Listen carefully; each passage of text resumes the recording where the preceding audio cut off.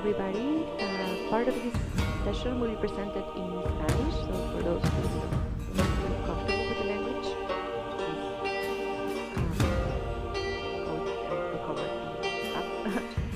parte de esta presentación va a ser en inglés, así que los que necesitan en inglés pueden ir a recuperar los auriculares para la traducción.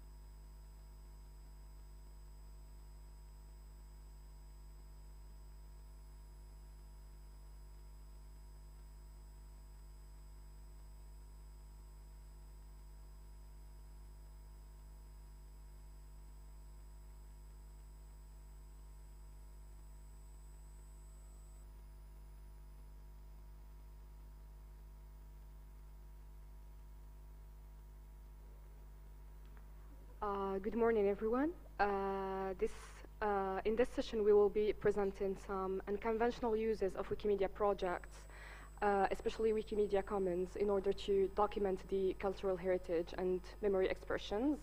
And we will be respectively sharing experiences and projects from our user groups. And they are basically experimental projects that we've been trying to implement. I am Nasima from Wiki World Heritage User Group, Carlo from Wikimedia Peru, and Patricia from Wikimedia Chile.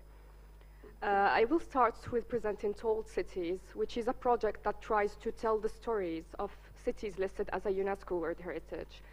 And the aim is to document the plus 100 cities that are listed by UNESCO around the world, and not only create articles, upload photos, etc., but try to merge and create some synergies between Wikimedia projects in order to create some wiki-based interactive content. So why? Why did we choose the World Heritage Cities? Because actually city is a very complex ecosystem. It has not only buildings, but also social practices, crafts, traditions, streets, squares, etc. And more often, these cities are under-documented on Wikimedia projects because we mainly find an article for just the city as a whole object, or a one object or a whole component. And we don't find specific or distinct articles for the different buildings and the different components of the city. So this is what we were targeting. And this is a list of some of the cities that we've been able to document, either through collaborations with other Wikimedia affiliates or through organizing photo tours by the members of our user group. And as you can see, they are very geographically diverse. And if you are very familiar with the Wikimedia user groups and chapters, you might notice that there are some countries that are out of the Wikimedia movement. Actually, we had Senegal, Ethiopia, and Guatemala, which are countries that do not have active Wikimedia communities and do not have Wikimedia affiliates. So since Wiki World Heritage members are based not in these countries, and we were not able to do the documentation ourselves or to collaborate with other affiliates because they don't exist, we had to think about a solution. So what we did is we tried to find local organizations that are heritage focused but do not know about this brilliant Wikimedia ecosystem and what it can provide to them. So we mapped the NGOs in these cities and we tried to do a capacity building for these NGOs in order for them to appropriate the project and to implement it in their countries. And how we worked is that along with the NGO, we sourced volunteers that will be future trainers. And we delivered trainings of trainers in Wikipedia, Wikidata, and Wikimedia Commons. This was the first step. And after these trainings were achieved, these volunteers, in the framework of this NGO, they were able to run editathons themselves, organize a photography contest, and also run Wikidata editing sessions. And so we moved from being just Wiki World Heritage to being Wiki World Heritage with the local NGO, Wiki World Heritage, the local NGO, and the trainers, and we ended up with having about 50 volunteers in each country, writing articles, translating, taking photos, and editing on Wikidata. And I would really like to dedicate this slide just to thank our partners, which are SERPA in Antigua, Guatemala, Heritage Watch in Ethiopia, and ENDPS in Senegal. And the three of them are already active NGOs in their countries working on the preservation of cultural heritage, but they didn't know about the Wikimedia ecosystem. So through this partnership, we not only implemented the project, but we also probably gave the rise to a future community, Wikimedia community in these countries. Because when the NGOs knew that they can create interactive maps for free through Wikidata, they can have a free repository for all their photos and videos, they were really interested in knowing more and sustaining their relationship with Wikimedia and using it for their projects.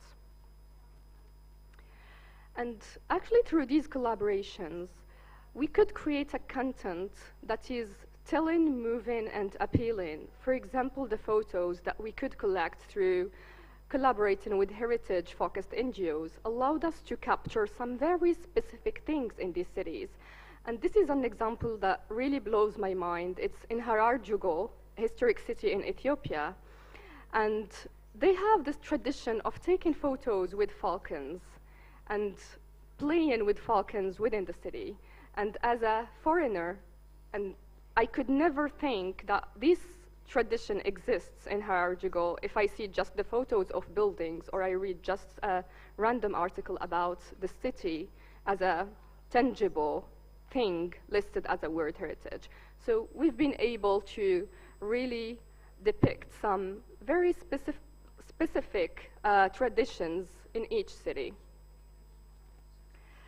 And with all the content that we were able to create, we tried to remix and merge, mainly using Wikidata, in order to create something that is smart, analytical, and more especially accessible to heritage professionals.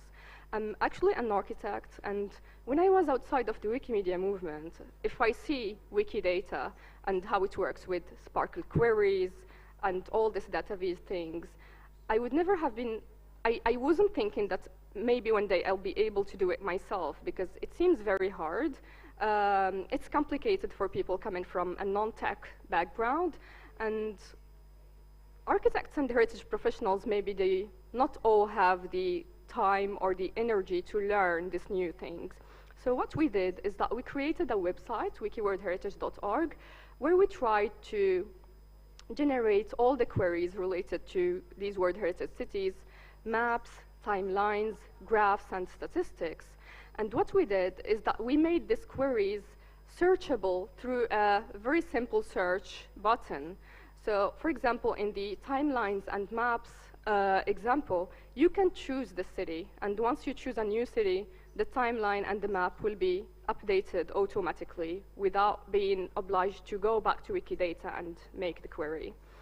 And in the statistics, for example, it's very hard to do this analysis through just reading Wikipedia articles. For example, we have the World Heritage criteria, the cities by selection criteria, and what are the UNESCO criteria that are most present in these World Heritage cities. If we would do it like in the very simple way through reading the Wikipedia articles or reading the information about the cities on UNESCO website, it will take forever to do this statistic, but using Wikidata, we could just generate it in more than 1 second, and we made it available for architects and other heritage professionals to consult on the website. And if you want to discover the project more, you can go to wikiworldheritage.org.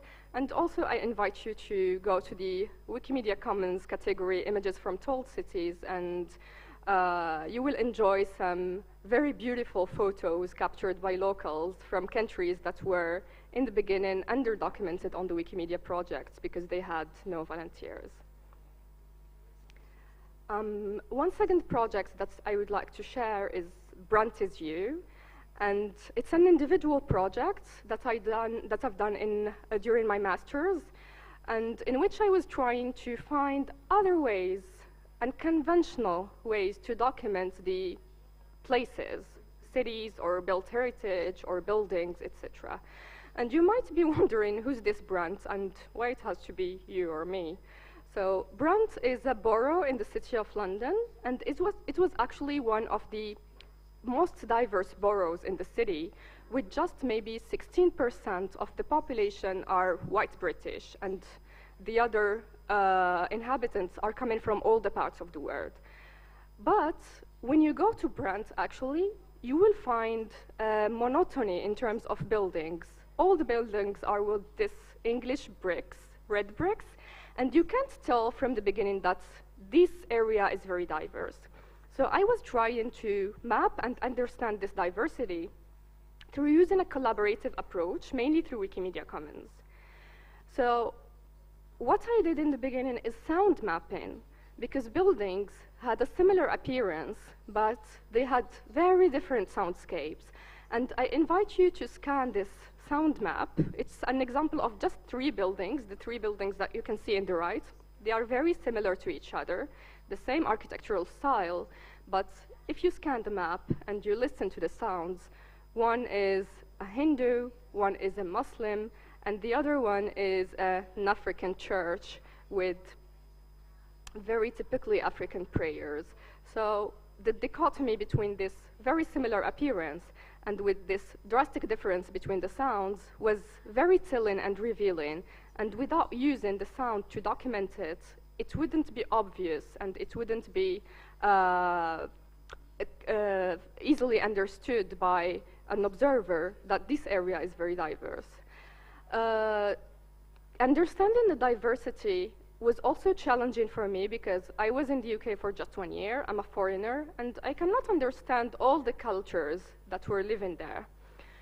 So I thought about doing an emotional mapping. And the idea was very simple, is that instead of asking people to donate photos of monuments or buildings from the borough, I tried to make the question more specific. Can you participate with a photo that is of a building that reminds you of your hometown or that is close to your heart? So it was brand through your heart, not through your eyes. And the surprising thing is that in the borough of Brand, there are some, especially for the Indian community that is very present there are some Indian temples that really have this Indian architecture that are very known by tourists, like the one in the right. And the people who participated, they didn't upload any photo of this temple, of this very big, aesthetically pleasant temple, but of some very small temples within the city that have a very basic architecture. So this allowed me to understand what are the places that are really meaningful for these people. And it can be used, for example, if there is a preservation plan in the area, they should also give importance to these buildings because of what is happening inside and not just because of their architecture or construction way. And since we don't have a lot of time in this session, if you are interested, I invite you to watch the full video presentation about Brent Zoo. It was in Wikimedia 2023, and I tried to explain why sounds and emotions are equally important as images in the documentation of heritage. Thank you.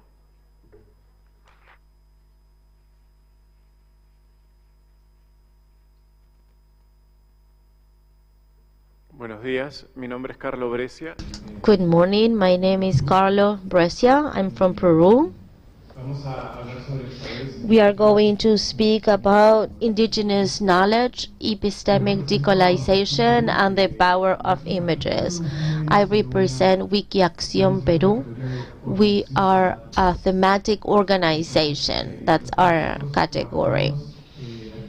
We work with different Wikimedia activities to increase and expand the Wikimedia community, and different activities related to environmental awareness, gender identity, and gender equality. So that sets the tone for what we do. As many of us here today, many of us from Latin America, I was born during the dictatorship years. When I was 17, the Fujimori regime was in place, and we are now starting a new one in Peru. So it was a very significant period of violence. 70,000 people disappeared, and that entire context really marks what we do and how we do it. So when embarking in a wiki project, we're going to ask ourselves different questions. What type of content do we want to release? Content that will preserve the power structures in the city and will perpetuate the knowledge and the epistemic injustice, present, past, and future? What do we want to promote? Do we want to promote cultural heritage? Or is it always a positive, neutral activity? Is the release of heritage able to contribute to sustaining hegemonic power, thoughts, and behaviors? Who will benefit? How are we going to release that knowledge? Not only why, but how? Following extractivist practices on knowledge that will benefit one culture or other cultures? What do we want by releasing these assets? Contributing or not? We don't want to contribute to sustaining epistemic, structural, physical, psychological, financial, symbolic, and sexual violence, and we want to contribute to the recovery of memory that's been forgotten and discriminated. We think that the loss of memory equals a loss of connection with your heritage, with your land, and collective amnesia. So that's a metaphor that we use. We are, without a memory, you are a zombie. So knowledge is memory, and Wikipedia is a platform that can be seen as a platform for collective memory.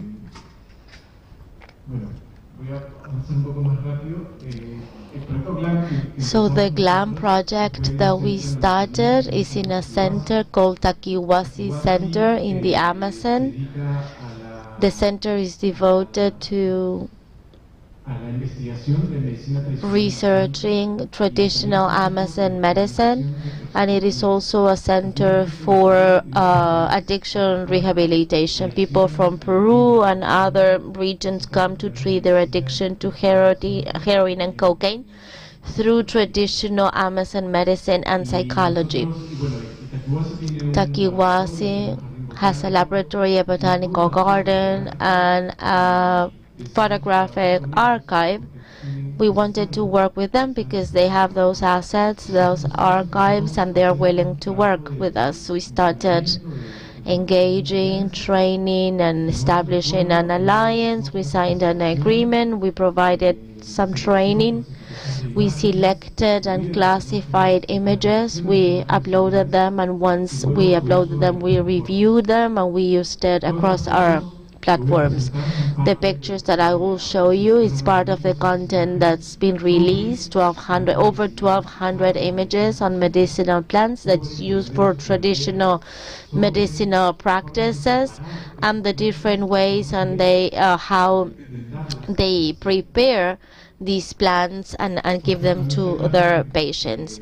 In this picture, we can see an ayahuasca ceremony, and these pictures are part of an exhibit that we will have in December in the south of Chile and in Cusco next year. It is a traveling exhibit, and we are going to tell the GLAM project story on free knowledge, on Wikipedia, and traditional medicine. We want knowledge to reach people, for people to learn more about Wikipedia. In Peru, people don't know that Wikipedia can be edited, for example.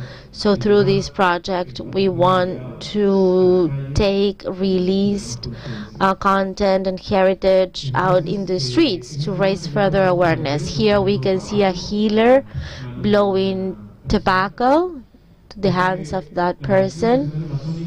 Traditional Amazon medicine is an ancestral healthcare center that is connected to the cosmovision, knowledge, and practices of indigenous communities in the Amazon, and it is connected, very closely connected, to master plans and rituals. And their cosmovision means that from an indigenous people's priority, there's no separation between culture and nature, and disease is connected to the person's relationship with the community, nature, and themselves. It is a preventive healthcare system. They use medicinal plants, but rituals are also as important.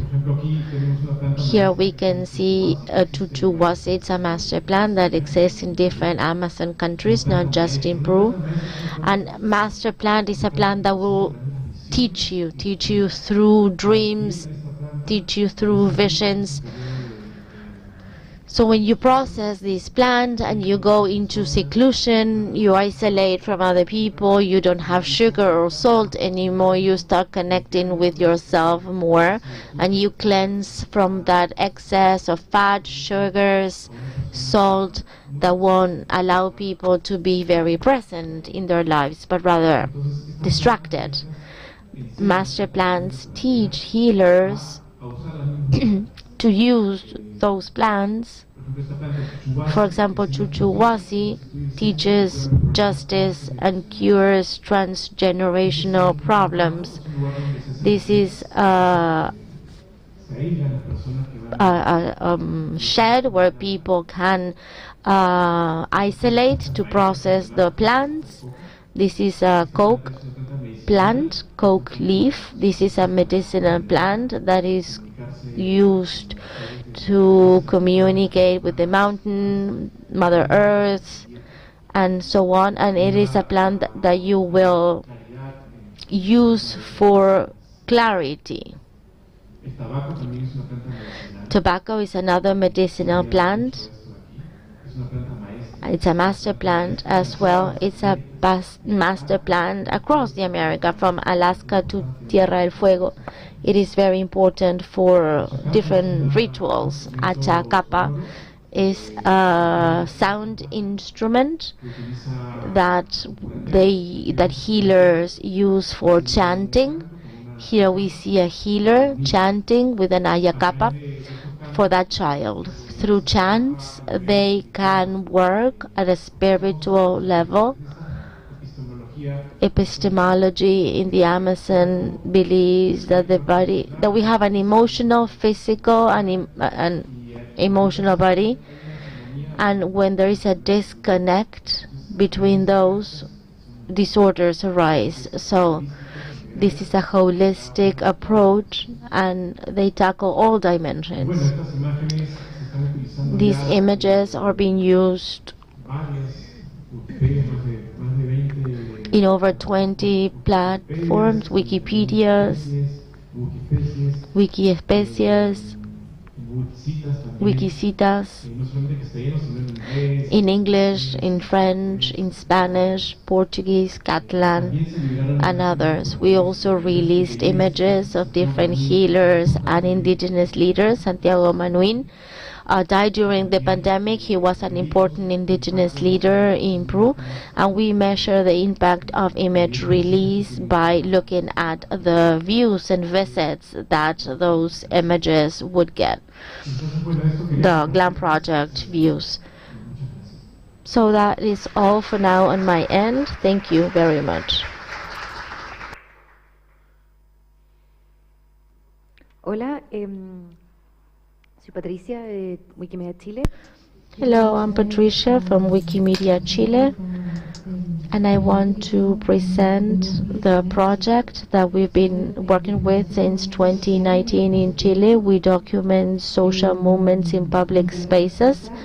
To give some background, since 2019, Chile has seen a number of social uprisings and protests started in October 2019, and they have led, and these were proposals for constitutional changes. Up until now, Chile's constitution was passed in 1980, approved during the dictatorship regime, so the proposals aimed at changing that constitution. So why did we see this as a project that we wanted to promote?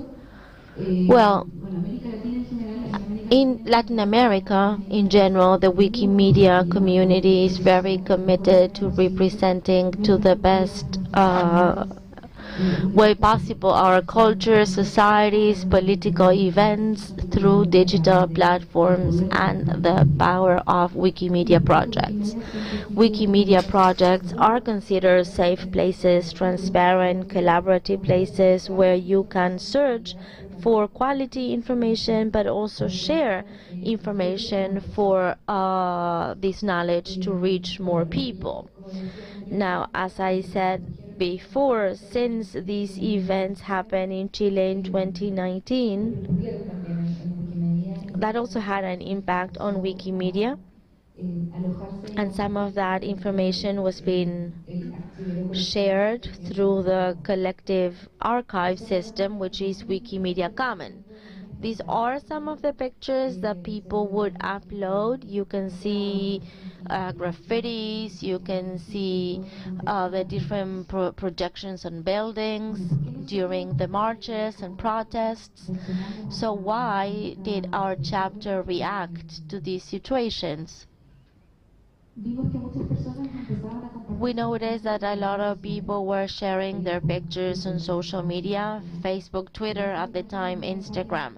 but those were deleted because they were considered as a non-compliance to content policies of private platforms, because they were quite violent. It was quite an intense time in Chile at the time. So we started promoting in our own communities and our own social media platforms. So we started suggesting, let's document all of this in comments. We can be anonymous. It's a safe space. Images won't be taken down. And little by little, we started promoting this action further. People were able to speak against what was happening, what was being shown in mainstream media, and it was a good safe space for reporting and saving, storing images on police violence. And we could also use those images to create more information, for example, Wikipedia articles about the process that we were now experimenting. These were some of the images that we collected during this spontaneous campaign. And this is a women's march, marching against the police. These are pictures of police violence. 400 people lost at least one eye or their eyesight during protests, and police were shooting blanks at their faces. So how did we do it? Since we are a Wikimedia structure, we cannot take sides, but we can encourage people to document whatever content they feel is important to them. At the time, we created a hashtag, actually two: Esto pasa en Chile, this happens in Chile, and Chile protesta, Chile protests, so they could hashtag those images. We provided guidelines to people that did not know how to use comments for tagging and uploading those pictures. We also launched a photographic contest in March 2020, when Wikimedia chapters were not able to organize activities, but rather very important months that were so important for the history of Chile. And then we organized during the pandemic a program to use those images in Wikipedia. After the protests, a constitutional process, hearings were open, but they failed finally, and the people that participated in the Constitutional Assembly also donated and contributed content. We wrote some opinion columns about these images and their relevance, and we had a resident Wikimedian at the convention where this new proposal this new constitution was being written. These are some of the entries of the photographic this anthem went viral. Violador es tu camino. And there are many women, and there's a little girl. They're raising their hands and holding the Mapuche people flag around her neck. Wikimedia was edited, and here you can see the cover of the constitutional amendment proposed, and many images as well. In this article, we contacted many people within the Constitutional Assembly so that they could donate their own images to Wikimedia Commons. Sebastián was our resident Wikimedian at the convention. He is very active as a Wikimedian, and he wrote the article about the constitutional process, the 2021 process.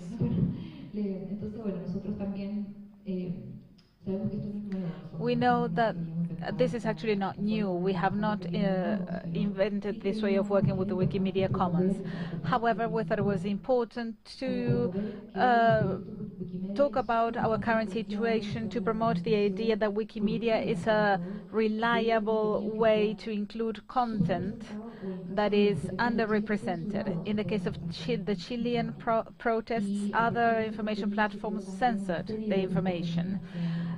This content led to more content creation, which was relevant and led to a process that did not have a happy ending, as I said before.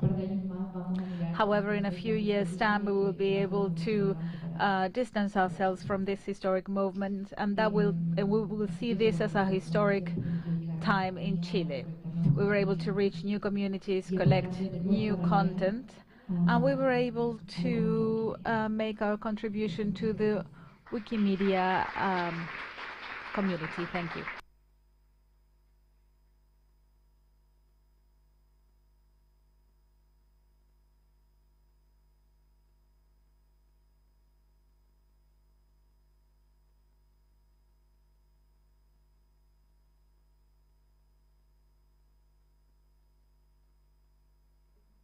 Sorry, guys, we don't have time for questions. We have to leave. Sorry. Bueno, gracias al que está en la cabina, que está más atento que yo y se dio cuenta de que tenemos espacio. So, we do have some time for questions, actually. ¿Quiere hacer alguna pregunta? Any questions? Carlo, Patricia, Nasima, any questions? Any comments? Anything you'd like to share? Personal. I would like to tell you that I will listen to Carlo for hours because everything he says is so interesting. So there's a question over there. No.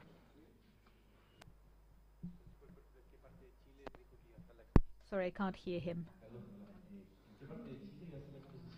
Carlo, where will the exhibition take place in Chile? There will be a symposium held in Conguillo. I don't know exactly where it is, but it's close to Temuco at the Araucanía. The symposium will be about plants, psychonautics.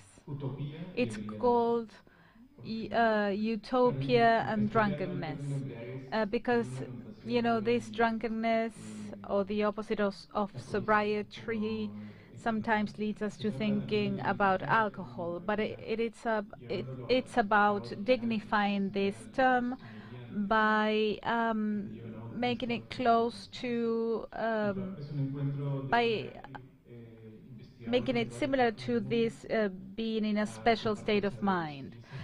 Many people come together to the symposium to share their knowledge. It is sponsored by two major Chilean foundations. Is it Fungi Foundation? Yes, Giuliani Fursi will be there between the 10th and the 17th of December in Convilio. There are still places available. Thank you. ¿Alguien más? Any more questions, comments, anything you'd like to share?